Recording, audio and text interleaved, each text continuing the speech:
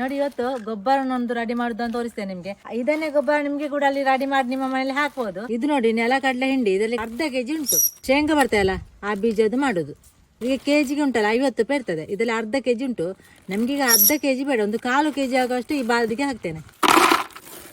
ಸ್ವಲ್ಪ ಇಟ್ಟಿದ್ದೇನೆ, ಸ್ವಲ್ಪ ಹಾಕಿದ್ದೇನೆ, ಇಷ್ಟು ಸಾಕು. ಸಗಣಿ 2 ಕೆಜಿ ಆಗುವಷ್ಟು ಉಂಟು. ಸ್ವಲ್ಪ ನೀರು ಹಾಕಿದ್ದೇನೆ. ಮತ್ತೆ ಇದಕ್ಕೆ ಕೂಡ ಈ ಹಿಂಡಿಗೆ ಕೂಡ ಸ್ವಲ್ಪ ನೀರು ಹಾಕ್ತೇನೆ. ಅದನ್ನು ನೆನೆಯಲಿ, 1 ದಿವಸ ನೆನೆಬೇಕು.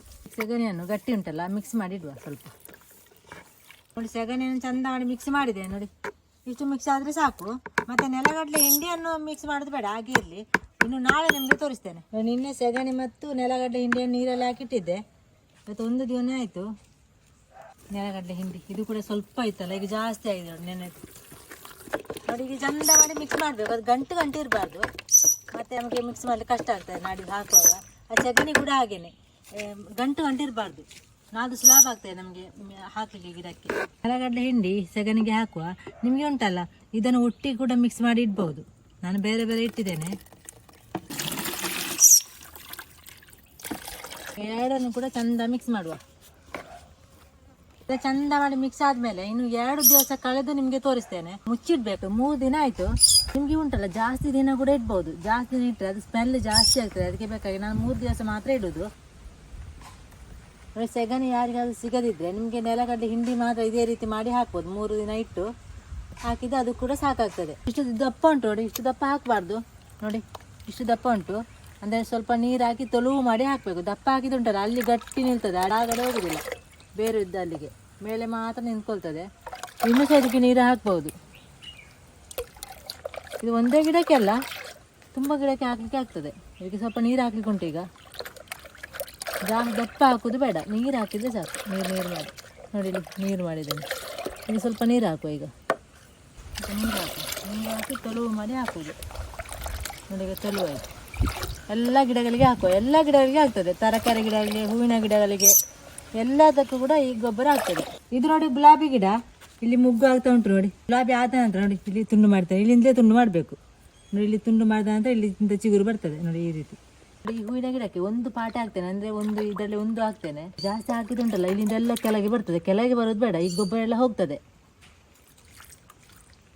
ಈ ಗೊಬ್ಬರ ಉಂಟಲ್ಲ 1 ತಿಂಗಳಿಗೊಮ್ಮೆ, 20 ದಿವಸಕ್ಕೊಮ್ಮೆ ಎಲ್ಲ ಹಾಕಿದ್ರೆ ಒಳ್ಳೇದು. ಜಾಸ್ತಿ ಹೂವೆಲ್ಲ ಬರ್ತದೆ. ತರಕಾರಿ ಗಿಡಕ್ಕೆ ಕೂಡ ಹಾಗೇನೆ. ಲೂಸ್ ಉಂಟು ಮಣ್ಣು, ಲೂಸ್ ಇಲ್ಲ ಇದ್ರೆ ನೀವು ಹೀಗೆ ಮಾಡಿದ್ರೆ ಆಯಿತು. ಮತ್ತು ಡೈಲಿ ನೀರು ಹಾಕುವಾಗ ಉಂಟಲ್ಲ ಫುಲ್ಲು ನೀರು ಮಾಡಿ ಕೆಳಗೆರೆಗೆ ಬರಬಾರ್ದು, ಗೊಬ್ಬರ ಎಲ್ಲ ಹೋಗ್ತದೆ. ಸ್ವಲ್ಪ ನೀರು ಹಾಕಿದ್ರೆ ಸಾಕು. ಹೂವಿನ ಗಿಡಕ್ಕೆ 1 ಗಿಡಕ್ಕೆ ಇಷ್ಟು ಸಾಕು. ಮತ್ತು ಈ ಗಿಡಕ್ಕೆ ಕೂಡ ಹಾಕ್ತೇನೆ ನೋಡಿ. ಇಲ್ಲಿ ನೋಡಿ ಎಲ್ಲ ಗಿಡ ಕೂಡ ಹಾಕುವುದು. ಸ್ವಲ್ಪ ಮಿಕ್ಸ್ ಮಾಡಬೇಕು ಈ ರೀತಿ ಹಾಕುವಾಗ.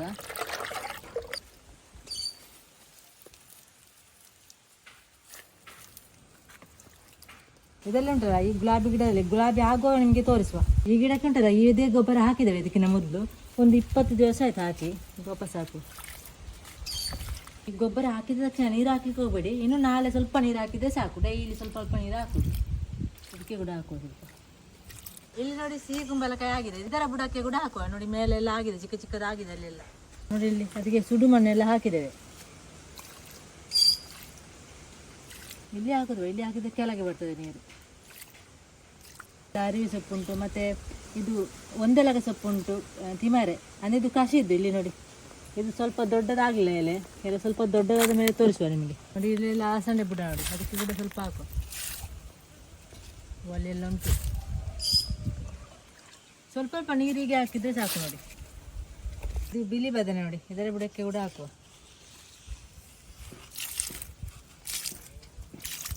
ಗರ್ಬೀಜ ಅಂತ ಹೇಳ್ತಾರೆ ಇದಕ್ಕೆ ತುಳು ಭಾಷೆಯಲ್ಲಿ ನೋಡಿ. ಇದು ಇಷ್ಟೇ ದೊಡ್ಡದಾಗೋದು ಸೌತೆಕಾಯಿ. ಇದಕ್ಕೆ ಕೂಡ ಹಾಕುವ ಗೊಬ್ಬರ. ಇಲ್ಲಿ ಉಂಟು, ಮತ್ತು ಇಲ್ಲಿ ಚಿಕ್ಕದುಂಟು. ಇಲ್ಲಿ ನೋಡಿ ಒಂದೇ ಬುಡ ಚಿಕ್ಕದು. ಮತ್ತು ಇದು ಗೊಬ್ಬರ ಹಾಕುವಾಗ ಉಂಟಲ್ಲ ಬೆಳಿಗ್ಗೆ ಅಥವಾ ಸಂಜೆ ಹಾಕಲಿಕ್ಕೆ, ಮತ್ತು ಮಧ್ಯಾಹ್ನ ಹಾಕೋದು ಬೇಡ. ಇದು ಬಸಳೆ ನೋಡಿ, ಬಸಳೆ ಚಪ್ಪಾಳೆ ಚಿಕ್ಕಒಂದು ಹಾಕಿದ್ದೇವೆ ಇದಕ್ಕೆ, ನೆಟ್ಟದಷ್ಟೇ. ಇದಕ್ಕೆ ಕೂಡ ಗೊಬ್ಬರ ಹಾಕೋದು. ನನಗೆ ಗೊಬ್ಬರ ಹಾಕೋದು ಸಂಜೆ ಹಾಕಿದ್ರೆ ಒಳ್ಳೆಯದು ಬೆಳಗ್ಗಿಂತ ಕೂಡ.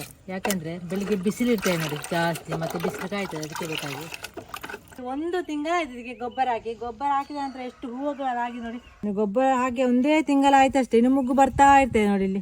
ಇಲ್ಲಿ ಮುಗ್ಗು ಬರ್ತಾ ಉಂಟು, ಒಂದರಲ್ಲಿ ಇಲ್ಲಿ ಬರ್ತಾ ಉಂಟು. ಇನ್ನೂ ಉಂಟಲ್ಲ ಈ ಹೂವು ಎಲ್ಲ ಉಂಟಲ್ಲ ಒಣಗಿದ ನಂತರ ಇಲ್ಲಿಂದ ತುಂಡು ಮಾಡಬೇಕು. ಈ ಒಣಗಿದೆ ಒಂದಾದ್ರೂ ಉಂಟಾ ನೋಡಿ, ಇದು ಸ್ವಲ್ಪ ಒಣಗ್ತಾ ಬಂದಿದೆ. ಇಲ್ಲಿಂದಲೇ ತುಂಡು ಮಾಡಬೇಕು ನೀವು, ಇಲ್ಲಿಂದ ತುಂಡು ಮಾಡಿ ಬಿಸಾಡಬೇಕು. ಮತ್ತು ಇಲ್ಲಿಂದಲೇ ಇದು ಮುಗ್ಗು, ಇದು ಚಿಗುರು ಬಂದು ಮುಗ್ಗು ಆಗ್ತದೆ ನೋಡಿ. ನಾನು ಮೊನ್ನೆ ನೋಡಿ ಇಲ್ಲಿಂದ ತುಂಡು ಮಾಡಿದ್ದೆ ನೋಡಿ, ಇಲ್ಲಿ ಫಸ್ಟಿಗೆ ಇಲ್ಲಿಂದ ತುಂಡು ಮಾಡಿದ್ದೇನೆ.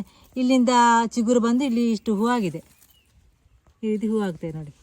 ನೀವು ಸಹ ಉಂಟಲ್ಲ ಹೂವಿನ ಗಿಡಕ್ಕೆ, ಅಂದರೆ ಗುಲಾಬಿ ಗಿಡಕ್ಕೆ, ಯಾವುದೇ ಒಂದು ಗಿಡಕ್ಕೆ ಕೂಡ ಆಗ್ತದೆ.